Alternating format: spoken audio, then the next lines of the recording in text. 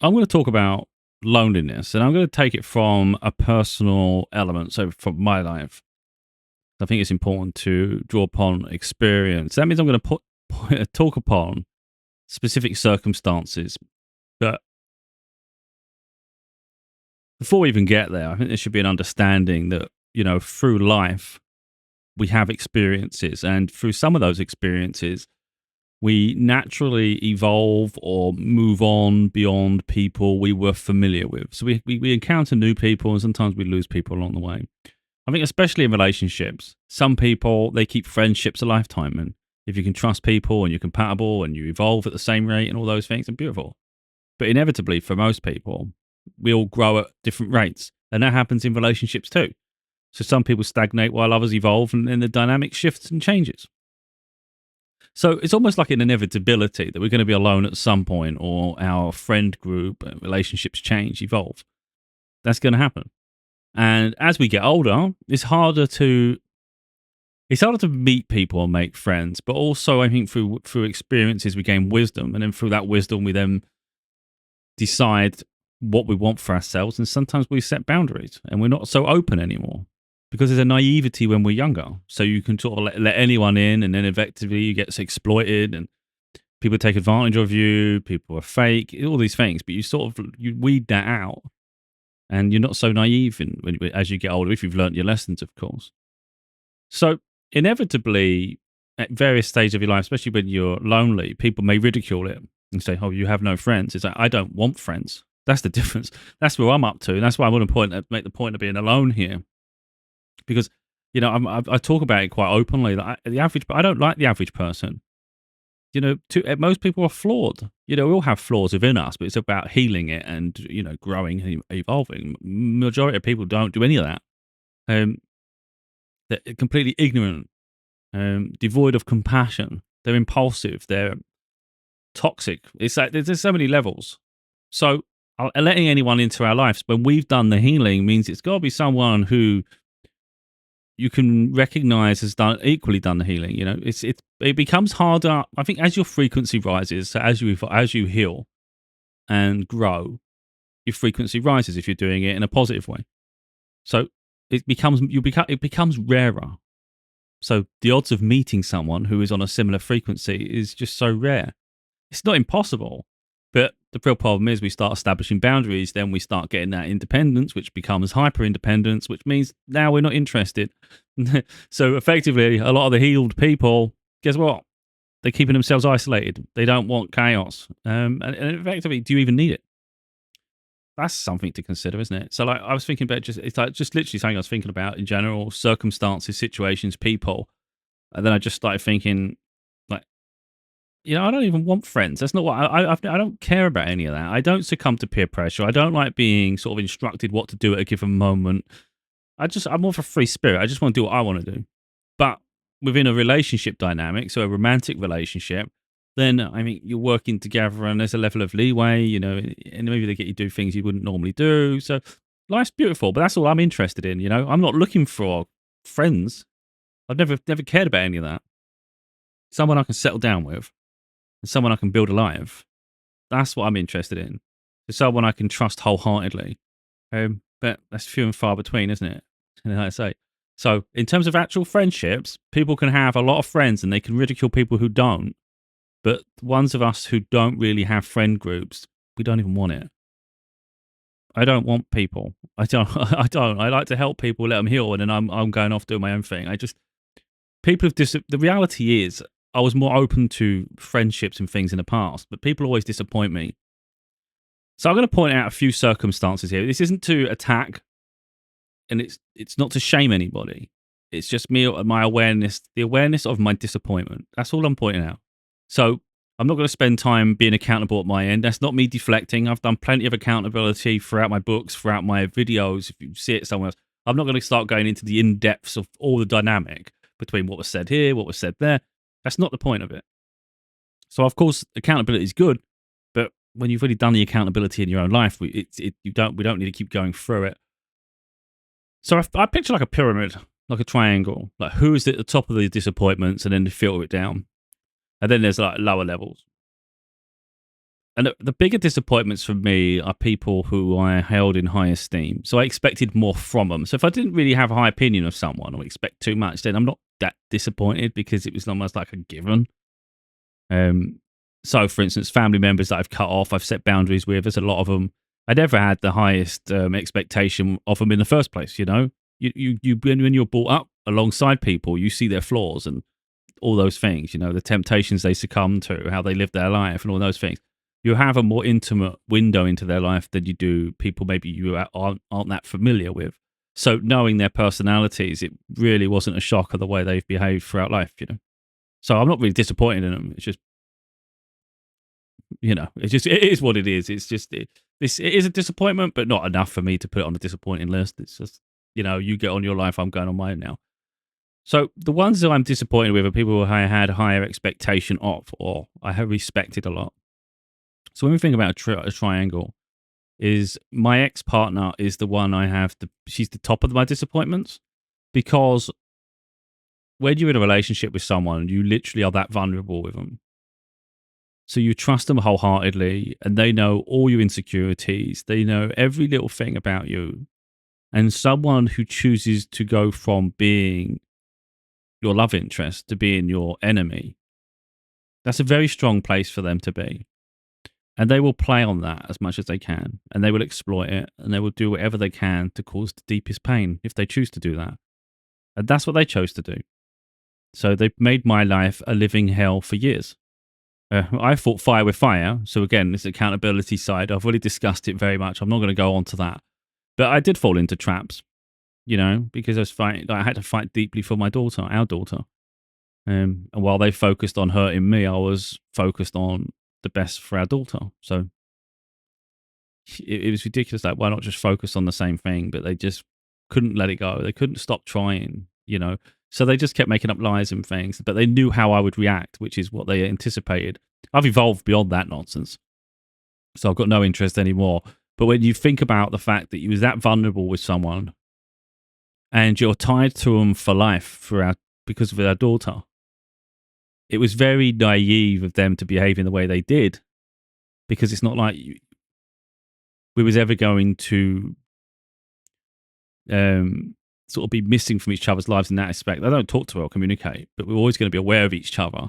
And our daughter is always going to judge both of us based on how we treat her and how her life is, So there's a naivety in the way that that's all played out. And that's incredibly disappointing to me, because there's other ways things could have been handled. So yeah, they'll always be that because of that situation. Then there are people below that. Like, I was thinking of the two other people who I held in high regard, and I almost gave someone else almost like a get out of jail free card. But when I think about them, and they're really good people, they're really a nice person, so it's interesting. But we've got to be honest with ourselves. I'm just pointing out why I'm alone and why I don't want people in my life, and I think this is just why this is important. So this isn't me trying to dig at people and hurt their feelings if they ever saw or heard what I feel. It's just an accountability of the fact that I've met incredible people. They've let me down. And it's kind of like, if that's what people who I value are going to, like, if that's how they're going to treat me, or that's what that's likely to happen, then I don't need that shit in my life. It's no point. I recognize in myself that I think as you get older and you go through life, you just realize there's like some people are naturally going to have people in their life, and some people are just literally nomadic, or, they're just on their own experience. And sometimes I think it's just part of the journey that you come across people and then you go on your own journey. You're not supposed to be tied down by people. And I think I'm starting to understand that about my life. Like, it's not a case of you're different to be different. It's just, you're literally just different. So it's not part of my legacy to be able to have all these people and stay. And it's frustrating. But now I've just made peace with it. It's like, okay, I'm not supposed to have a group of friends. I'm not supposed to have people like that. It's just, we stay for a season and then we leave. If you leave or I leave, it's just the way it's been. At 42 years old, I think you finally get the message. I think that's the thing, isn't it? It's no point getting to sort of like 60 and you finally learn your lesson. It's like that lesson learned. It's like, I'm not supposed to have people in my life like that.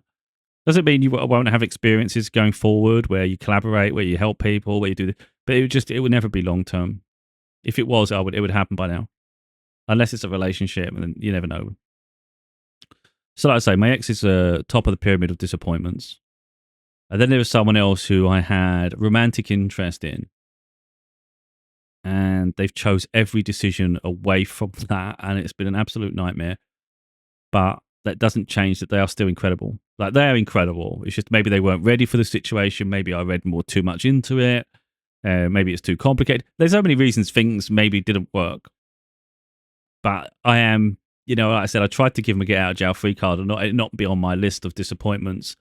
So when I initially just thought earlier, I was just sitting there thinking, I just thought, nah, they're good people. But then I thought, yeah, but are you disappointed in them? And I thought, incredibly. I was like, well, then they disappointed you, haven't they? And I thought, yeah. And it takes a toll, These things take a toll on you. So like, even if you're strong, intelligent, whatever, it still takes a toll. Especially when you had so much expectation of it, and you hold them in high regard. It sort of tears at your heart, and parts of your soul. It makes you question everything. So, like, I saw greatness with that person. I thought, we get on great. I think we can build a future together. I think, again, this might be me romanticizing a situation. So we're not going to go down the accountability part. It's more about the situations. Is they've had multiple chances to connect, stay in my life, and they've always chose to leave. They've always walked away. And that's disappointing to me. And they started to build a new life elsewhere, and we are at a long distance. I'm not saying it's easy, and there's obviously reasons why people do what they do. But we talk about disappointments. Yeah, I thought we had something. So it makes me now question whether romantic partnerships are in my future either. So I don't see friendships in my future. It doesn't mean there won't be, like I said, collaborative work every now and again, or something like this. Or people, maybe you hear someone and then you hear from them 10 years later. I don't know. But I don't see someone, I don't be having just people around my life, because I don't like all that busyness around me, to be honest. I like my space. Again, if it's a romantic relationship, great. Be building a life together. It's got to be someone you trust. But aside from that, I really am my own peace. I don't want a lot of people around me. So like I said, when you think you meet someone who you can genuinely trust with your life, it's disappointing that they choose it elsewhere.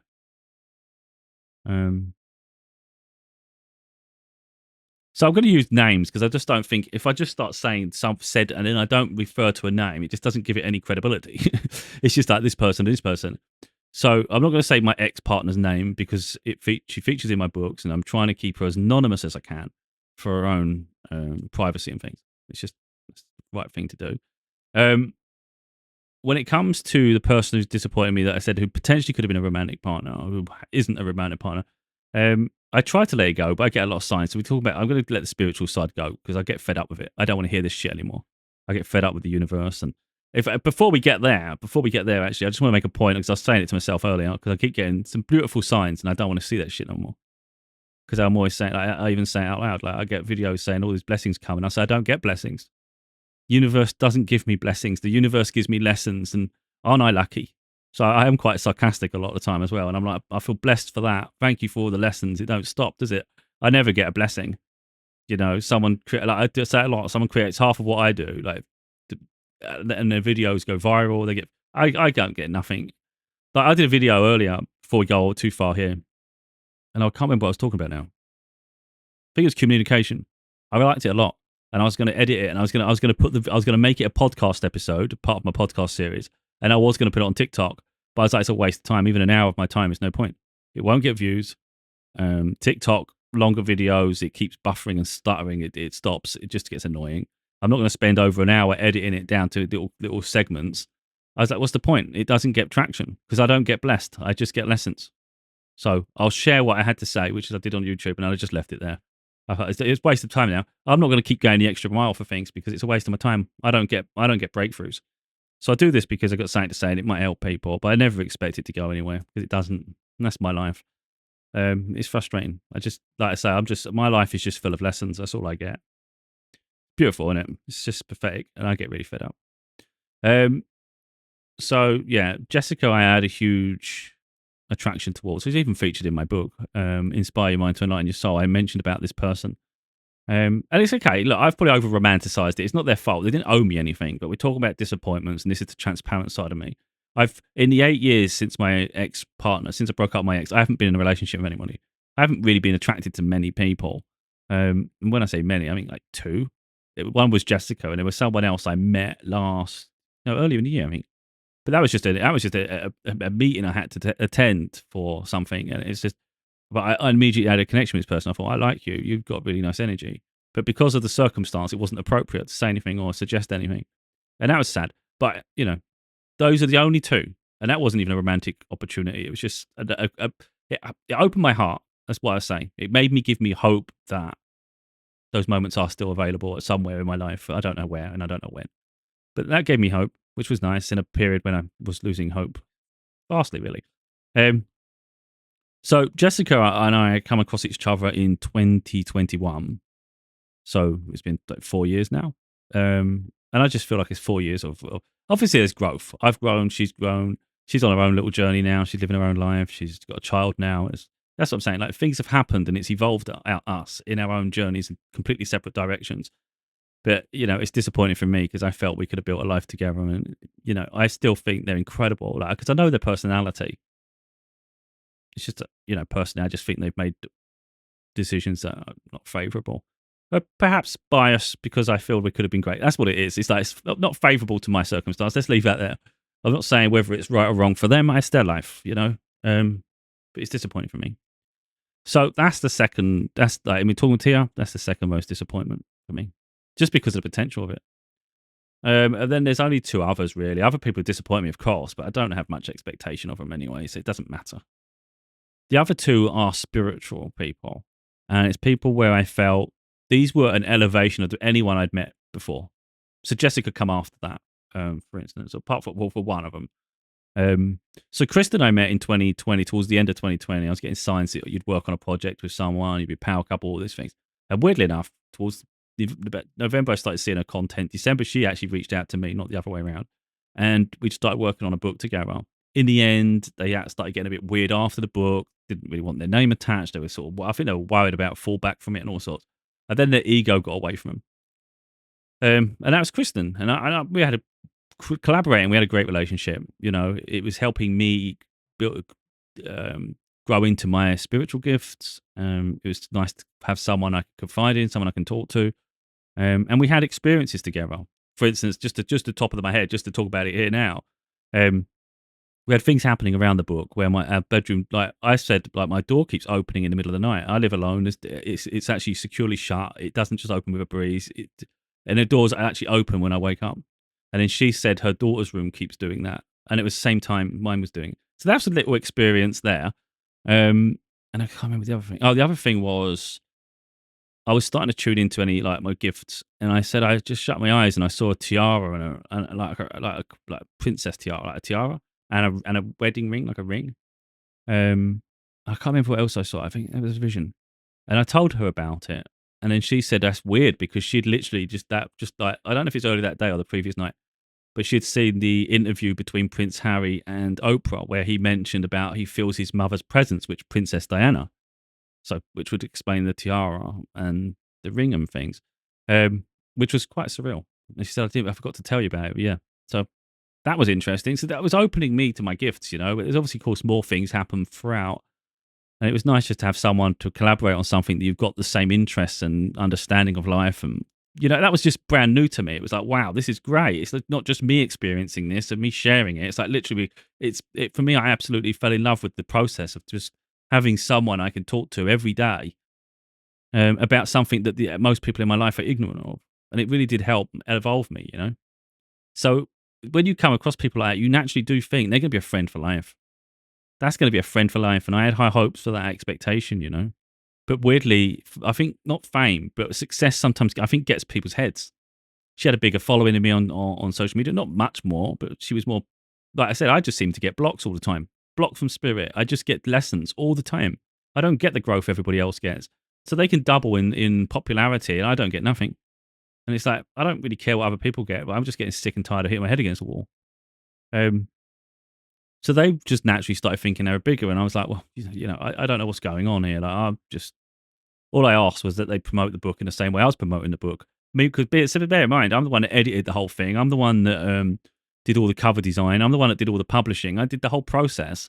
she just sent me some like snippets through, or like when she speak, like some voice notes or some little bits of she wants to do for her own chapter, because that's how I was doing it. It was such a mess. And in the end, I met Zach in 2023, so 2 years later or so. Um, and he was channeling some beautiful things. Like he's more advanced, you know. So he was very, very deeply serious, psychic, spiritual, mediumship, all those things. And he said, I've got the same. He's been channeling and things, and I've got the same gifts he has. I just haven't unlocked them yet. But the thing is, like, we're all on different paths. So, like, my path isn't just spiritual. I'm trying to help the masses. I'm just trying to help people, you know. So I could evolve a lot more psychic gifts, spiritual gifts, all those things. Again, it's not for people to believe that. I don't care if people believe in any of those things. But in some ways, I do slow it down and hold it back because I keep trying to do the other things. So where he's solely on a spiritual mission, I'm on a freaking healing mission. You know, I'm trying to do this and evolve that, and then so sometimes I take 2 steps forward there, and then I stop, and then I go back to doing. I can't win. But anyway, so he confirmed those things. Like, you got these gifts, you have these experiences, and then I mentioned about Kristen, and he literally said, "Yeah, you're higher vibration than Kristen, Spirit or Archangel Michael. Um, your paths are no longer together unless you choose for it to be. So, like, for instance, there might be a time when she wants to approach me because she sees me being successful in the future, and that's my choice how I decide to handle that. But like, literally, you don't have to say yes. But what they want from me is just to appreciate that sort of their influence on my journey. So at least just appreciate that, and then and move on. But don't look back with a heavy heart or look back in anger. That's what they didn't want. They don't want you to look back and be frustrated by it all, because there was lessons in it that I learned, and it's important that I reflect upon that. Anyway, so that's the spiritual side. And they weren't happy with the book that we did together. And it turned like that's what he was channeling. And I have my own feelings towards that. I get goosebumps. I get my tarot cards. It was all confirming everything anyway. And it was suggested that I take the book down, I unpublish it, and they're going to have like Zach read through the book and see what bits shouldn't be there, because they weren't happy. There were some falsities in it, which is not good when you're trying to help people on a spiritual path. And it turned out that was the work that they had done. It wasn't nothing. They're happy with everything I did, but some of their stuff, they started going off track because their ego was getting in the way, and they may have been influenced by darker entities. That's what I was told. So rather than go through all that, which I unpublished it, and I unpublished a couple of other books because they were suggested you might have to unpublish. You probably will likely, and only because there was reference of that book. But anyway, I just went back and I just removed all their work from it, even bits that I liked. And some bits I was like, oh, I don't want to lose that. I love that, especially because sometimes it referenced me and it was saying about this collaboration, and I'm like, I don't want to lose that because that's beautiful. But in the end, I was like, just from a purely, make it your work, I have to just remove anything that's potentially either of. So it has to just be my words, only the work I did. And that's what I did. So the introduction now is very small compared to what it was, and it's frustrating because I did like the introduction. And then I actually used my tarot cards to confirm whether it's okay. And I think there was something. I think there's something about religion where maybe I was a bit negative, and I asked Spirit for my cards, like, is it okay to publish? And it was like, no. And I thought, what? I've just done all the work. Then I went back through it and I went, the religious part. Took that out. Then I asked again for my cards, and it was like, yes. I thought, thank God for that. And then Zach come back and said he's really surprised, like, how humble, like, it surprised him how humble I am, because I can come across as arrogant, like, just through my confidence and things. And he was surprised the fact that I would remove, like, he said most people wouldn't do that. You'll take your book down.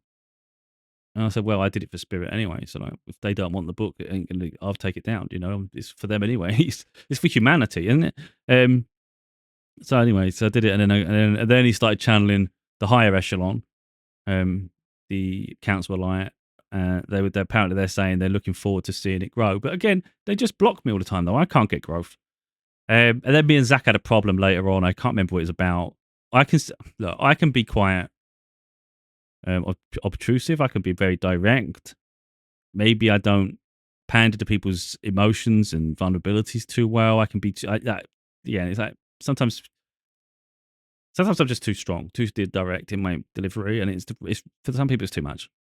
But then I think some people are flaky, some people are too sensitive, and I can't pander to that shit. So there was an issue between me and Zach that I didn't think was an issue. It was like a non-starter to begin with. It was no problem to me. It wasn't even a thing. But to him, he was like getting bent out of shape. He weren't like it. And he was like, it was his suggestion. He can't get past this. And I was like, I don't know what you're talking about. Like, what is the issue? But I don't chase no one, and I don't try to beg anyone to stay in my life, especially considering I've seen so many people leave anyway. So it wasn't so shocking for him to leave, but it was disappointing. So it's disappointing he left because I thought that we like the channeling sessions we've had, the vision, all the things we've experienced. You know, we recorded some of the sessions with his tarot cards and things. He was potentially a friend for life. You know, we got on that well, but some of the issues, it was just too big a deal, like for him. And I was like, well, I don't get it. And then he channeled through to spirit, and apparently our paths are now finished. But he come back with a nice thing to say. It wasn't like bitterness, deep bitterness, you know. But he did say, spirit said, like, my path is now going to be harder as a consequence, but they'll support me with it. Because he was going to open me up to more of my gifts, and it would have been easier because he's had the experience. Now I've got experience it for myself without guidance, if you like. But I'm like, oh, whatever, I don't really care. I'll just do it. So the whole point here isn't to sort of attack someone. It's making the point of being alone, you know. So it's not a case if you're alone your whole life, but you just get so used to being disappointed, people letting you down or people walking away. And again, it ain't just them walking away. I'll walk away too. You know, I don't keep people around if it's no longer of interest. You know, I can get bored of people, especially when they don't evolve and grow. So if you're like really stagnant and you're just low vibrational, you're a bit toxic, you have attachment issues, you've got all these things. It's like I did a video earlier about being loud. It's like, that's no good to me. Like, we can be friendly to each other, then I go on. But like, the part that's disappointing is you meet these people who you have a high expectation of, and you think they're quite incredible. You think they're potentially like a friend for life. Not that you're going to be in each other's pocket all the time, but you know, you have someone you can confide in, and it's like when you have similar, not just similar interests, similar outlook on life. It's like, this is great because this is so rare. And then it's like, and then they go again, and it's like, that's just, what hope is there, you know? That's how it feels. So, like, personally, I've given up on people in that sense. It's like, I don't care anymore. It doesn't mean I'm against collaborating with people, but I think it's just make it clear that this is a collaboration, it's not a friendship. And I think I think establish that. Again, that could be professional, and it can be professional for the rest of our lives. But, you know, I'm not looking for friendships. I'm not. And that's not a defense mechanism. It's an understanding that I like my peace. You know, I've got things I'm always doing anyway. Like, I like my movies. I like watching TV shows. I like listening to music. I like playing video games, and that in itself can just take up the day easy, every day easy. But on top of that, I work on my book, and I still have loads of books to read. So it's finding balance between all the activities and things. And like, my books are a whole process in themselves, and I just don't have the time for people in that sense. I don't want to make time for people in that sense because they'll only let you down eventually, and it's just held you back, you know.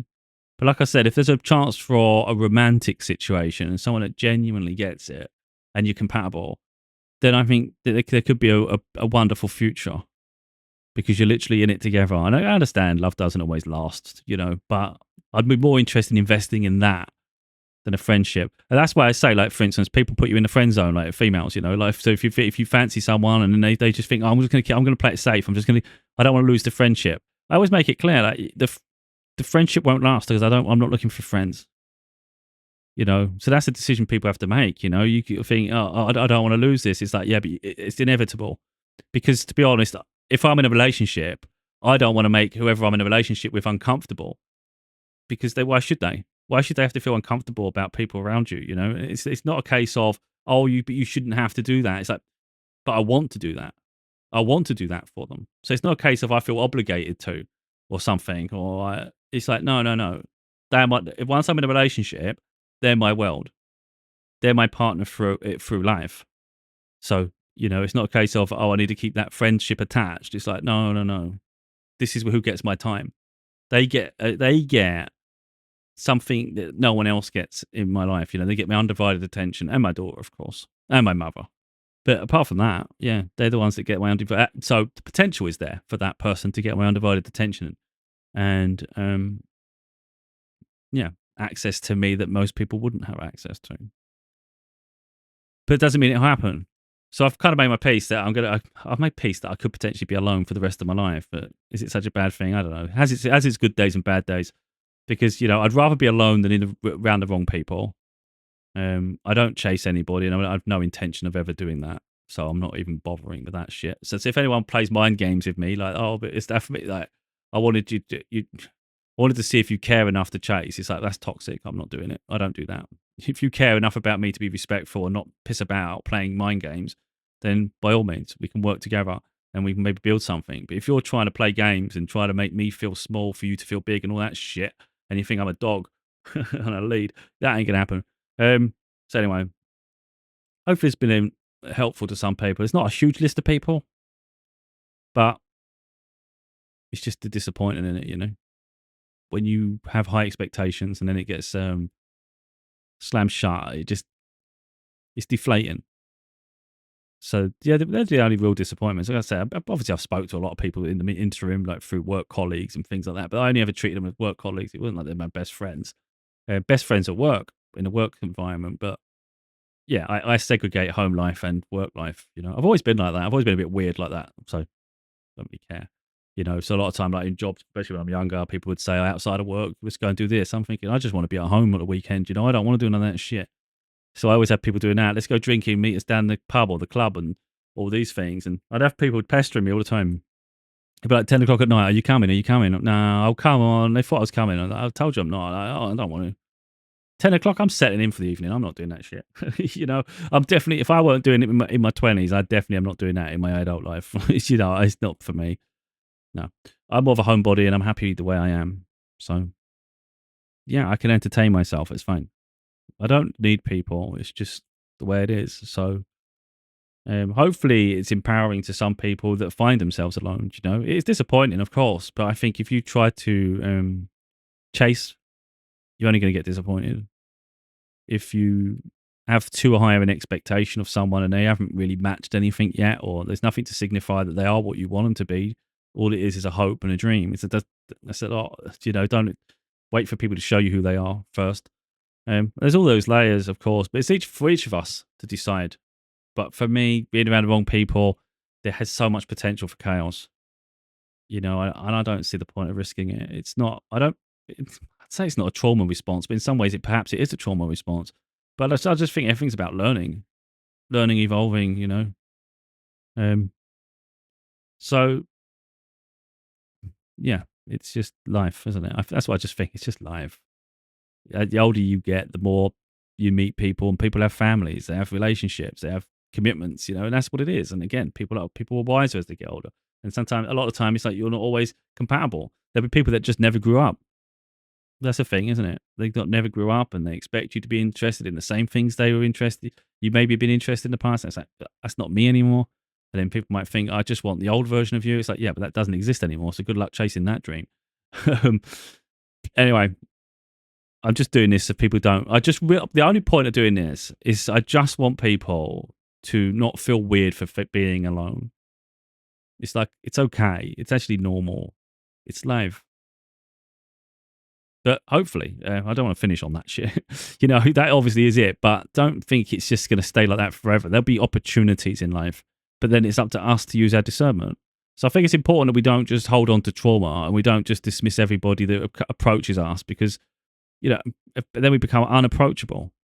So I'm not saying everybody on this planet is an arsehole. I just think the majority of people are. So I'm looking for some rare gems of people. And I'm quite romantic at heart. So even if I lose hope, there's still a part of me that believes. A bit like Peter Pan, So I don't give up in that sense. I'm always like open to the fact that someone remarkable may be out there, and our paths may cross at some point. So it's not a case of I'm so hurt that I'm just going to dismiss everybody that I ever meet. It's not the case at all. I'm just wiser more than ever, So that's what it is. So I'm more aware, I guess. I think that's just the lessons we got to learn. So don't stay attached to the wrong people, because it's just a waste of life.